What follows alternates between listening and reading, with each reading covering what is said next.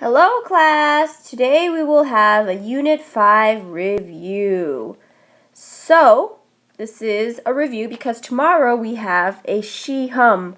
Shihum in Korean means test. So tonight you'll take notes, you'll study for it, and you'll ask me questions today, not tomorrow, because tomorrow you have a test, okay? So this test is on a lot of things. Let me go over what some of the things are in this review. Are you ready? The first thing is slope-intercept form of a line. And there will be a word problem about this, and I will also have a table on this, okay? So let me give you some examples to study from. So here's a word problem that might appear. A gym membership costs $40 with an initiation fee of $100, and I want you to write this in slope-intercept form. So my slope is $40, and my y-intercept is 100 because that's what I start off with. So pause this if you want and write this in slope-intercept form and see if you get the same thing I do.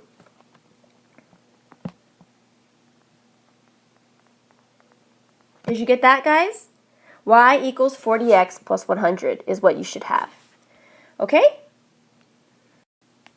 I will also give you a table and ask you to write this in slope-intercept form. So first thing I have to do is find my slope. That's my change in the y over change in the x. A lot of people are doing the change in the x over change in the y from the other quiz. Please don't do that, okay?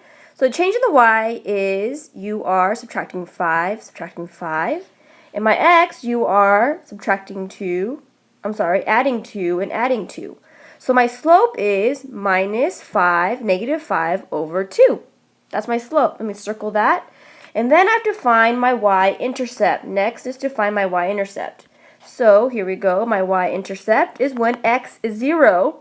So I'm going to move back one so that I figure out when x is 0. So I move back here. Since I'm subtracting 5, to move back I have to add 5. And 5 plus 5 is 10, so my y-intercept is 10. Because when x is 0, my y is 10. So now I have all my ingredients. Now I can write it in slope-intercept form. Y equals negative 5 halves x, my slope, plus 10. That's all there is to it.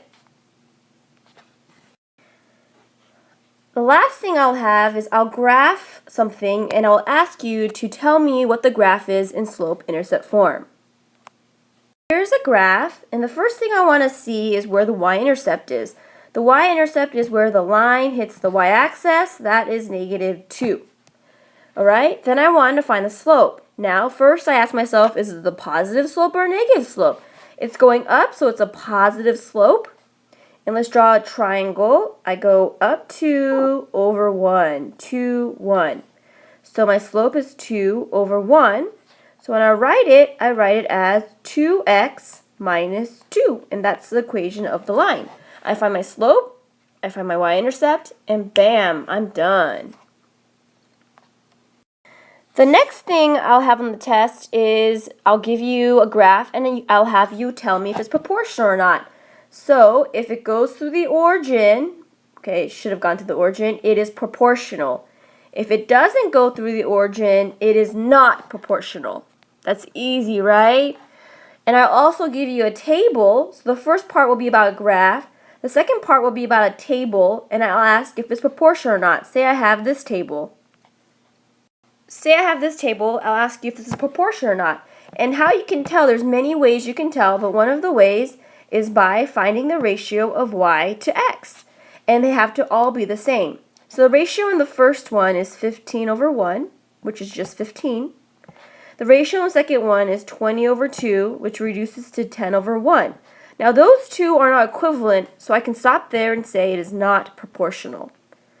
Okay, if that was the same, I would have to keep going and comparing all the ratios until I find out if all of them are equivalent or not. Okay? That's one way to do it. There will also be questions about function or not, and for you to explain. Remember, a function is when one input or every input has exactly one output. Exactly one output. Not two outputs, one input to one output, okay? So I'm going to give you a mapping like this. and I'm going to ask you, is this a function?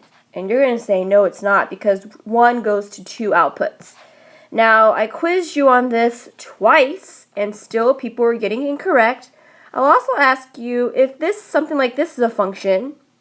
Yes, it is, because every input goes to 1 output. 1 goes to 4, 2 goes to 4, and 3 goes to 6.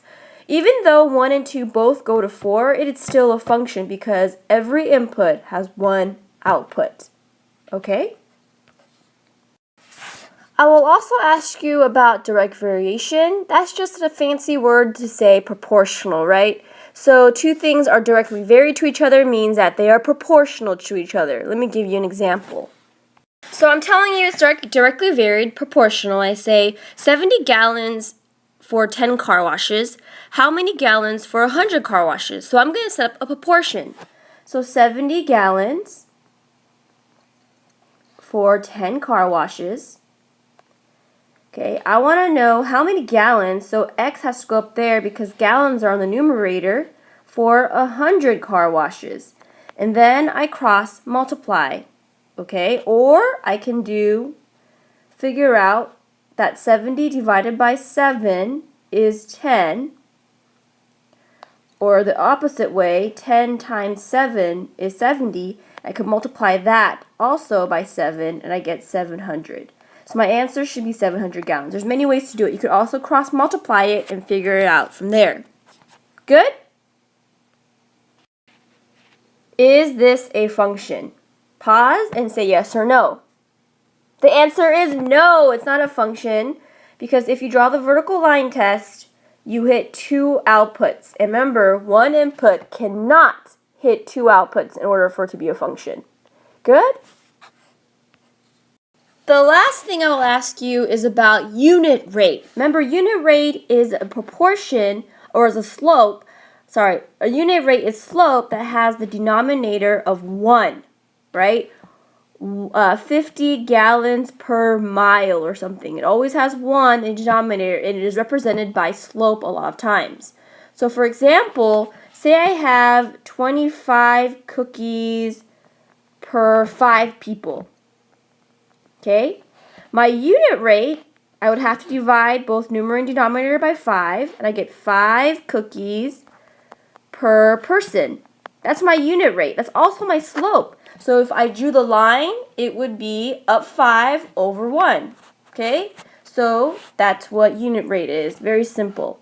Alright? If you have any questions, please ask. There's no try it, but I will collect your notes to make sure you understand and you wrote notes.